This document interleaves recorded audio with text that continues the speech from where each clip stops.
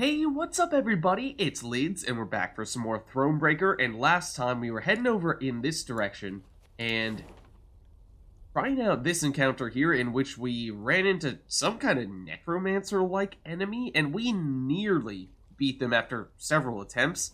We just either needed a little bit more of a stroke of luck, or perhaps some deck adjustments, because it does seem as though this encounter requires that you approach it in a very specific way, namely make sure that you don't actually destroy their units, which is something that is a little different than what we've been doing in the past, because damage is usually pretty important. So, I think we can do one of two things. We could either make some adjustments to our deck now and hope that's enough for us to then succeed. Don't think we have many tools in our toolbox to work with here if we're looking at what cards we have available to us, because we've not crafted a single card yet. So, yes, we have some cards we picked up along the way. So I'm eyeing things like the Alchemist, which, rather than dealing damage, sets units' power, either to a low number, if we're trying to do that to our opponents, or a high number, if we're trying to do it to ourselves. So this could be one of the cards we would swap in. Unfortunately, it costs 9 recruit cap points.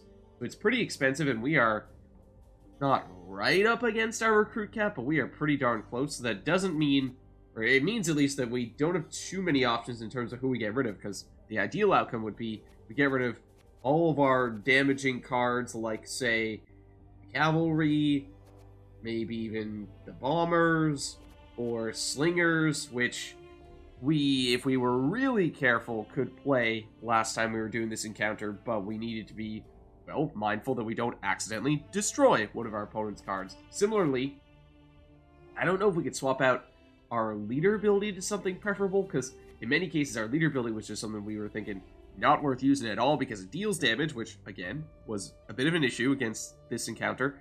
And also, our opponent had a bunch of things that got boosted up or did other special effects if we used our leader ability, so for that reason it just seemed like it was best not to use it at all. But we have been so long using this broadsword that I don't even remember what our alternatives were. So let's at least take a quick look at what our opportunities are here to switch it up, because 4 damage to every unit with the same amount of power.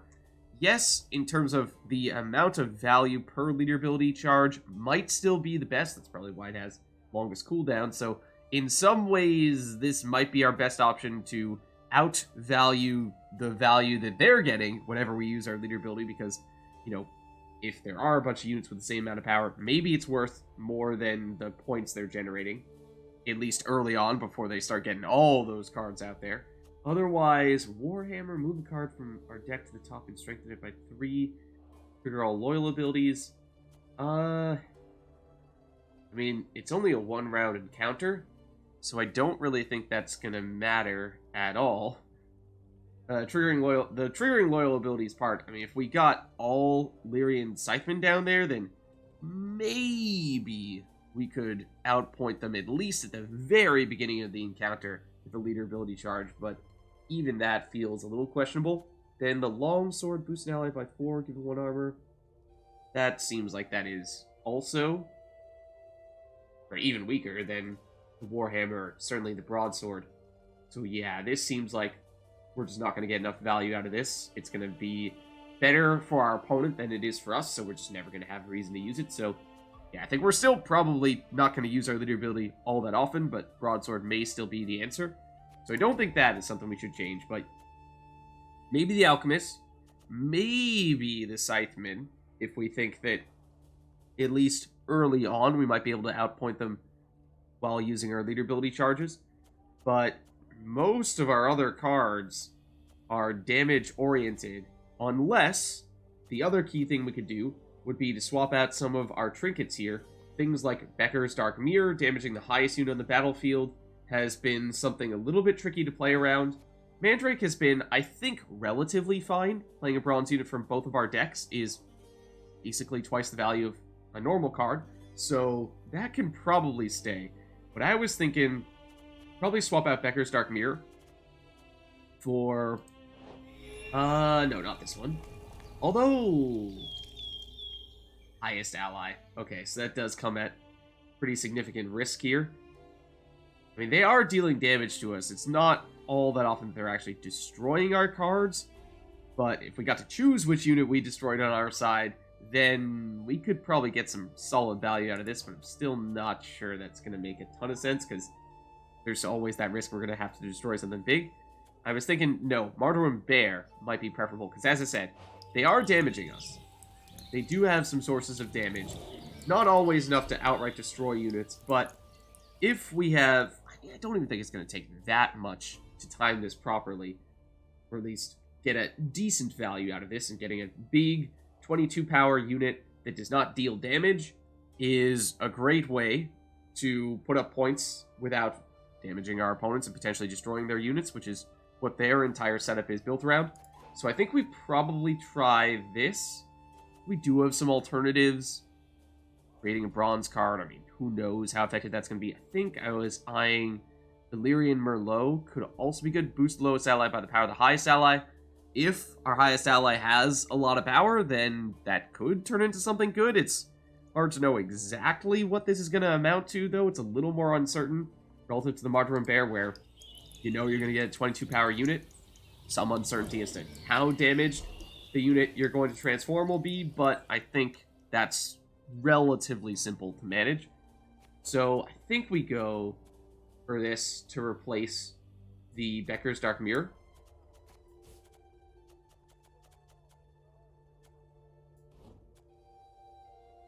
Other things are either damage or healing, which I just don't think is going to be quite powerful enough, although maybe.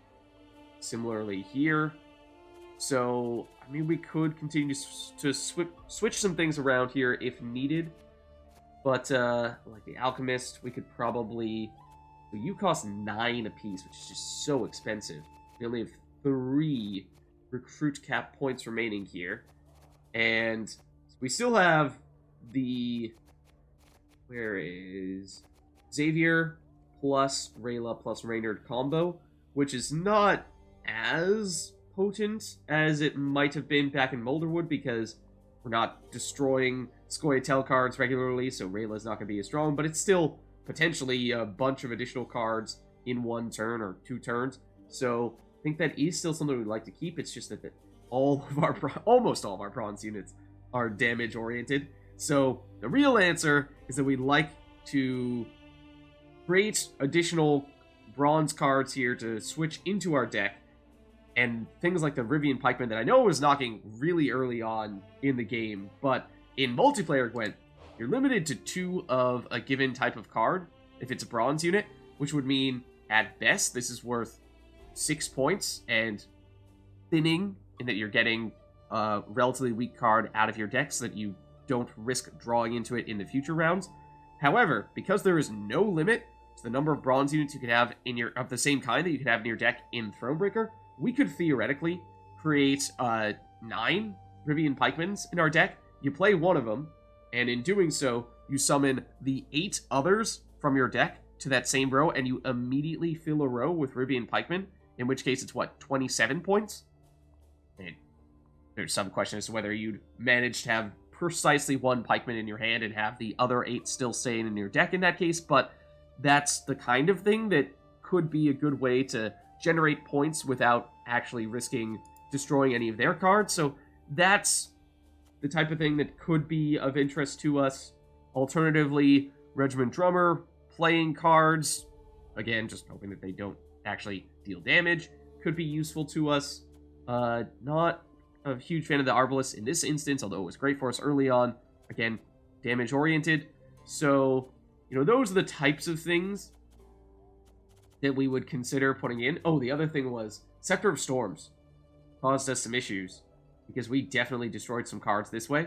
So I'm thinking rather than having a big chunk of damage on the lowest enemy unit, and this usually either destroying that unit or possibly even destroying multiple units, I think it's definitely best if we go Manticore Trophy, which is, yes, still damage, but I think the significantly more spread out damage is going to be fine, or at least comparatively better, because it's not going to immediately destroy a card or 2. It's just going to weaken cards, and if we make sure that we're minimizing our damage elsewhere, that hopefully becomes a non-issue.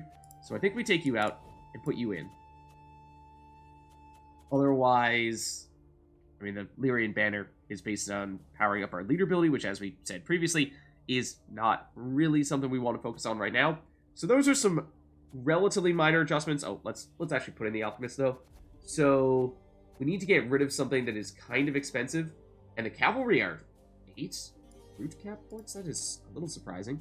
So probably not the top card that I would like to remove, but getting rid of a couple of those and putting in a couple of Alchemists in their place to reduce the amount of damage that we're packing is probably still the right play, at least in this encounter. But now the question is switching our trophy, or switching to the Manticore trophy, putting in a new trinket for Martyr and Bear, and taking out 2 of those Stray's cavalry, is that enough of a change here to get the job done, or are we going to need to, say, craft some Ravine Pikemen or other units to make it possible? Because we were close last time, it just felt like it's going to take a little bit of a stroke of luck to get the right cards at the right times, but maybe just a few minor adjustments. I hate that sound effect. It is so harsh and startling, but unnerving. So we were close last time. Does that mean that just a few adjustments might be sufficient to push us over the edge and make it much more feasible? Perhaps. So we could either go straight in there, or we could take a little bit of a detour, check out this puzzle, which usually puzzles give us a preset deck, so that wouldn't be an immediate concern what our setup is in that case. Maybe in the meantime, along the way, we can see if we can gather additional resources, and that might allow us to make an upgrade or 2 here. Obviously, we do have the resources to make Rivian Pikemen or other bronze units that we might like. But, in case you couldn't tell, I was kind of curious to see how far we could go before we actually had to create any new units. Especially because, I mean, on one hand, it's just like a weird challenge that I have, for some reason, come up with in the back of my head. Like, yeah, sure, that seems like a fun thing to see if we can make that work. But the other thing is that, from a more practical, logical standpoint, the reasoning for that would be we go back to our camp and look at our workshop. We have, as we've discussed before, been prioritizing doing quote-unquote meta upgrades, like reducing the recruit cap of our units, or at least considering doing this, or similarly increasing our max recruit cap, or cap is max lids. You know what I mean. Increasing our recruit cap so that we can long-term increase the effectiveness of our deck.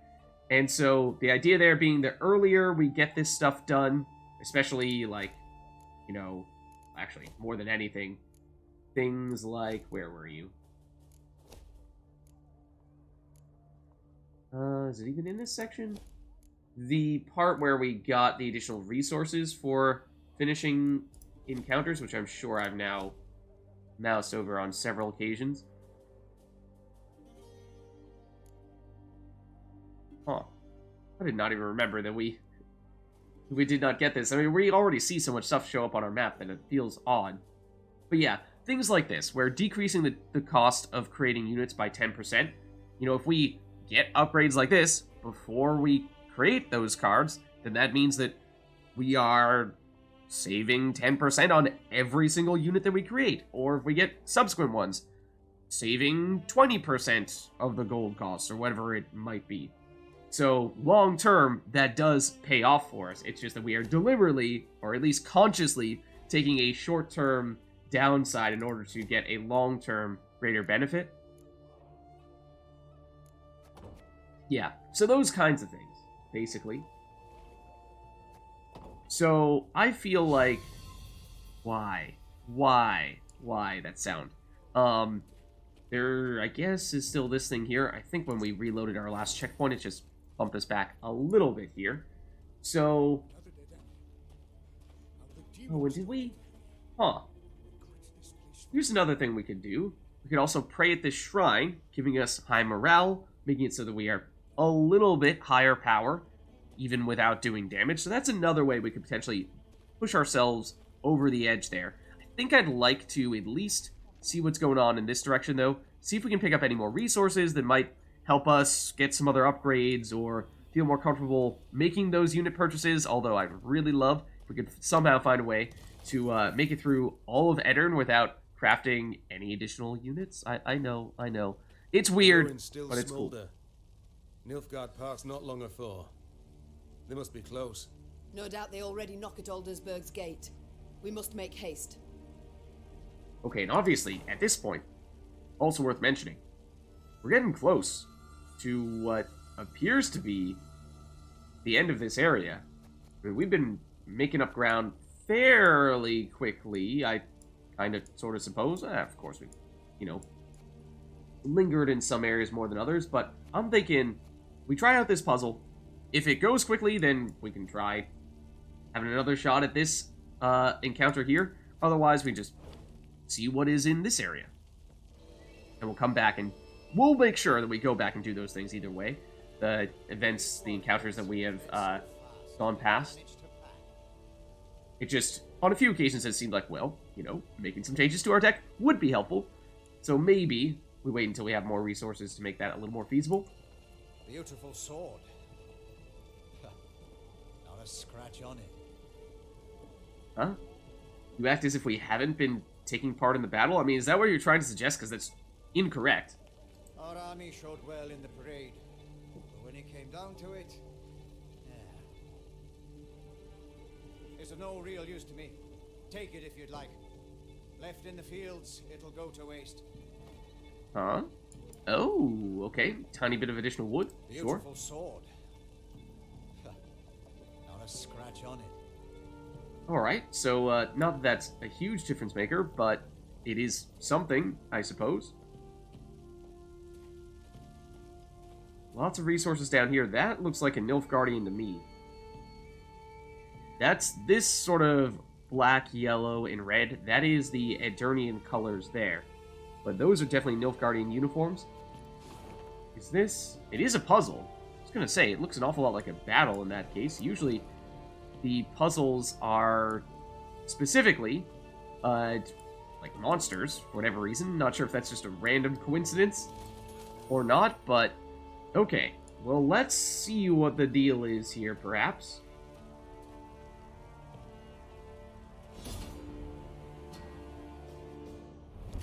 Okay, so yes, it is a puzzle. Nilfgaardian military superiority was so immense that even Imperial reconnaissance units posed a serious threat to Meve's modest army. Rather than retreat and await reinforcements, the Nilfgaardians decided to take the offensive. Spies are attacking an army because the spies alone are powerful enough. That's a little concerning. Eliminate the spotters before they escape. Okay, so a puzzle. So we'll have a custom deck, special rules, and just one round. So let's check it out. What are we dealing with here? We need to get rid of the spotters.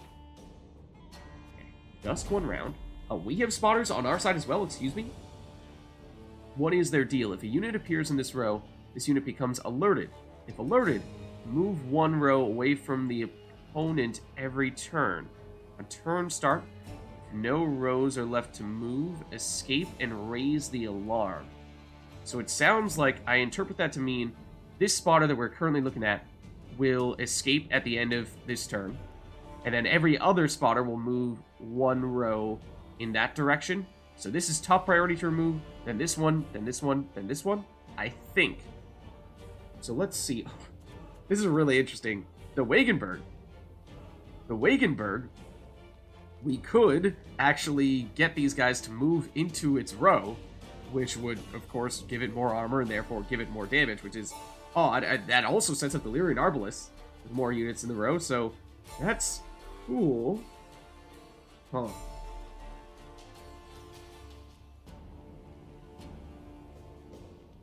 Okay. Huh. Every unit appears in this row, damage it by 2. This really sounds like something we want to put here. The problem is, we can't until this guy is gone, otherwise he'll immediately move out of this row and we'll lose. So, working our way backwards a bit here, I think that means we destroy you, then we're going to need to put you here, then we're going to damage a bunch of people and use the Rivian Sapper as our finisher, I think. I think that's the plan. Then what does that mean we start with? I mean, it's probably the Wagenberg. Are you gonna move automatically at the end of the turn? Like, do we need to destroy turn 1, or is it just if we have a card played in this row? Unit that appears in this row, unit becomes alerted. If alerted, move 1 row away from opponent every turn on turn start. No rows left to move, escape, raise the alarm. Okay.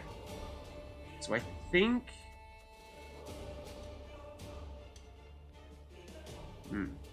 Start is the hardest part. Because at Wagenberg here...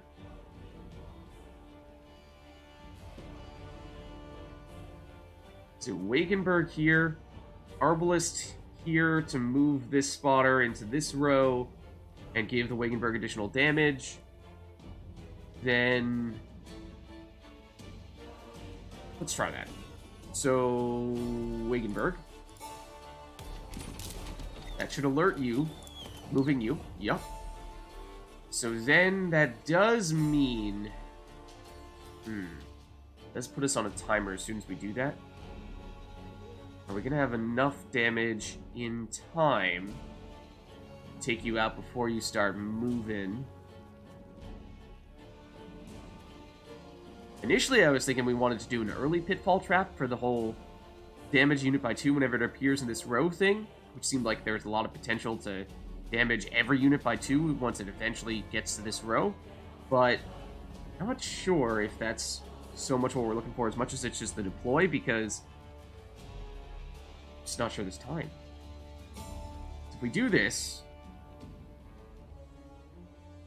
we do the, I think it's Arbalist here actually. Weaken you so that you are potentially within killing range on our next turn. Oh, what? Oh, right! I was thinking of us playing units in a row that would alert them, but no, this guy got alerted because the other spotter moved over there as well. So that's interesting. For some reason that had not occurred to me. So what we really want here is enough damage to either destroy you or weaken you enough that something like a Rivian Sapper can finish you off. So like if we go... Just deploy. Now we're 1 turn off. We're 1 turn off. So I think the Wagenberg does need to go in this range row here on our first turn. Otherwise, we're going to run out of time because, yes, we could Lyria and Arbalist for 3 damage on you, and then we could take you out with the Wagenberg, but then we don't have enough time to play the Rivian Sapper to finish everyone off before the some of these spotters start escaping. So I think we just... And sure, we can do it, but we know what the outcome is going to be. So you do that, do this, you take out a couple, but these guys are going to escape, so we're going to lose. So, okay. This is an interesting one. So yes, I think... I do think it's... The downside, of course, of going Wagenberg here is that there are not any free units moving into its row, and so it doesn't get some additional armor from the spotters moving in. A little unfortunate, but I think it is still necessary to maximize the amount of time that we have before all the spotters start to escape. So now we do... Oh, also remember the Arbalist. Does it only have a range of 2? I thought I remembered it only had a range of 2 rows. Like, if you played in the range row, it can only hit their melee row. If you played in our melee row, then it can hit either of our opponent's rows. Might be wrong about that. It's been a while since we last had this card, of course, but also not seeing anything on the card to suggest that, so maybe I'm misremembering. But, okay. So, what we really need is to weaken a unit enough that when we get this Pitfall Trap out, or actually when we get this Sapper out, we can chain kill everything. What if... Hold on.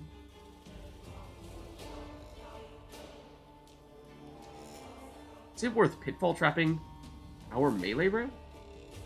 Damage both of you by 2. We don't need to worry about alerting any additional spotters that way. Gets you all down to a 4. Might actually be worth doing. I feel like that. Can we only play it on an opponent row? Yeah, it's fine. Okay, so that's probably a next turn play in this row, I suppose. So let's go Arbalest in that case, and I think we just need to weaken one of these spotters.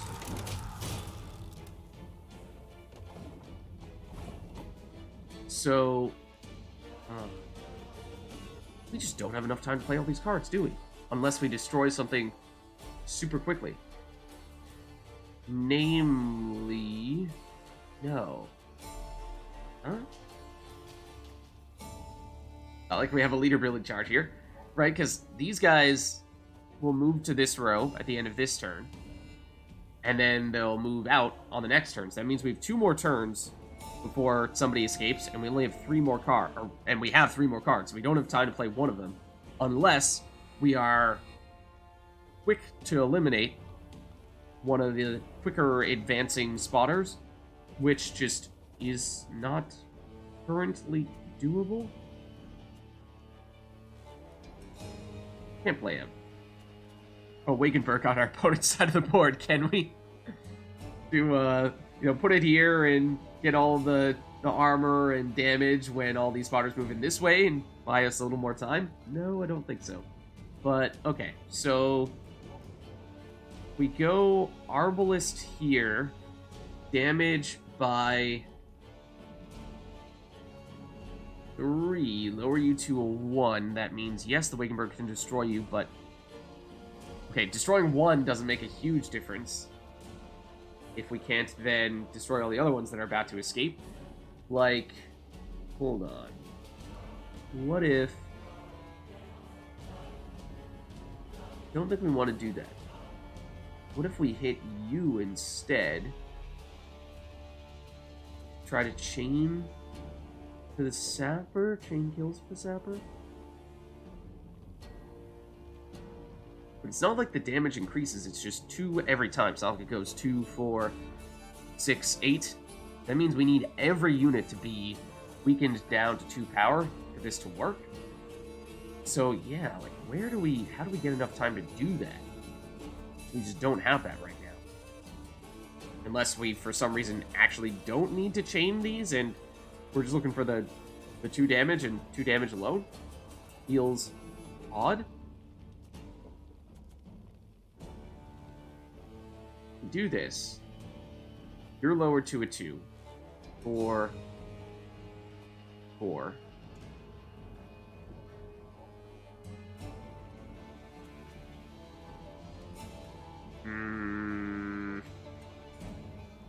Just not seeing the thing that unlocks it right now. Just not seeing it. So, I mean, sure, I am very unconvinced. I don't think that's the answer. We want to... it seems we need to find a way to buy more time for the Wagenberg to become more powerful, so they can damage every unit in a row. We end our turn here. They all move here. Wagenberg has 2 damage, which is not enough to finish you 2 off, but it is enough to set them up for the Rivian Sapper kill.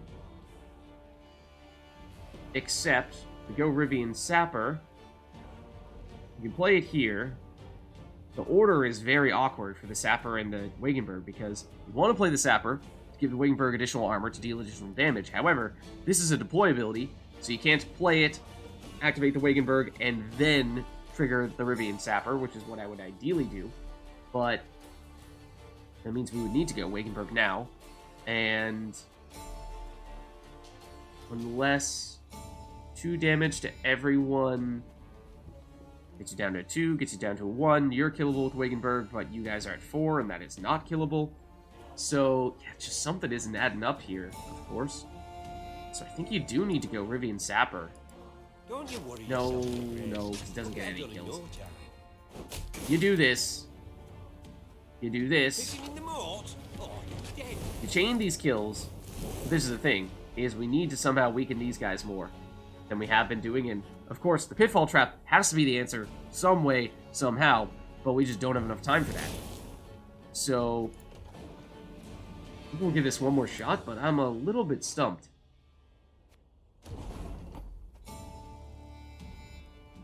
Because we need to destroy something more quickly before some of these spotters escape. Because it takes them one less turn than it takes us to play all of our cards. Unless we destroy one, like this guy, immediately before he can alert this guy, and then alert these guys, and alert these guys, and the chain reaction starts building up. Just don't see it. Just don't see it.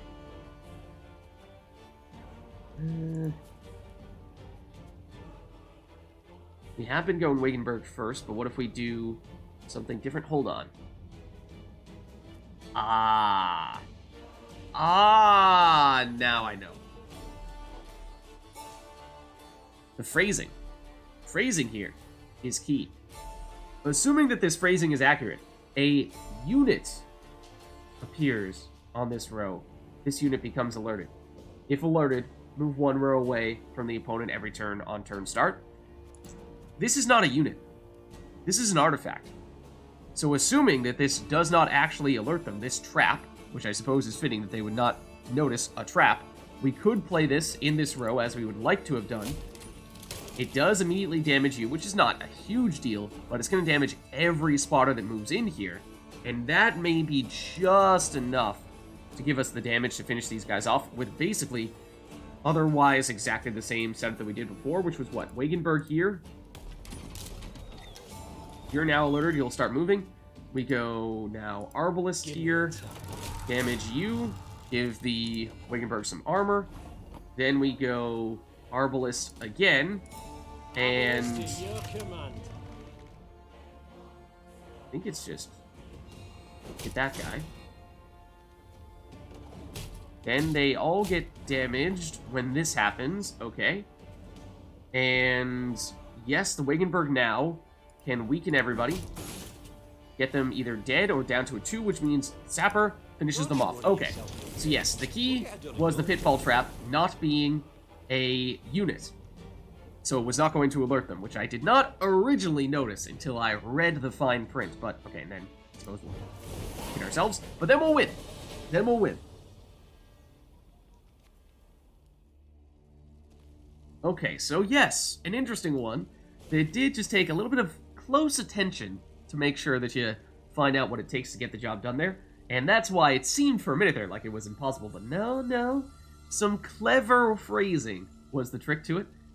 Okay, so then we have a letter and key found. Andro Yolka, bookkeeper. Colonel Lucan Zorna. As instructed, the regimental treasury was transferred to the village of Yedlin, south of the camp.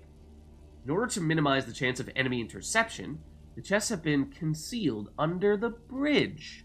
You don't say. I've also begun the withdrawal of supplies toward Aldersburg, which is the place that we're trying to go toward. May the gods watch over us both. Okay, sounds like there is some treasure to be had, perhaps somewhat nearby. But before we do any of that, let's loot, and then, is there like stuff over there that we can go down here? Oh, hold on. Hold on, there's gotta be something here. You can't tell me that this exists and doesn't have anything of interest? Really? Surely not. Surely not. There's gotta be something here, right? Maybe we don't know about it yet, but this just screams hidden treasure location to me. Maybe we just don't have the map yet. So, alrighty then. We did, of course, speed ahead a little bit to this area before we did all the other encounters elsewhere. Let's take another look at our map, though, because we heard about treasure under a bridge, which, I mean, we certainly see one here. That would presumably be the location in question, unless, we run into, we could run into something at this point of interest here. So I'd sort of like to make a rush to that spot before we get sidetracked with other things, although it just seems like, with us going through this village, or at least going past it, we might get distracted. Oh, well, there's a treasure chest. It requires a key. It is, I would assume, one that we just picked up. So let's loot a bit. Get some recruits as well. Nice. A lot of them at that. And we get an achievement there. I want you for the Lyrian army. I assume that must be something for gathering a certain number of recruits. Let's see. Do we need to actually go around this way to get to you?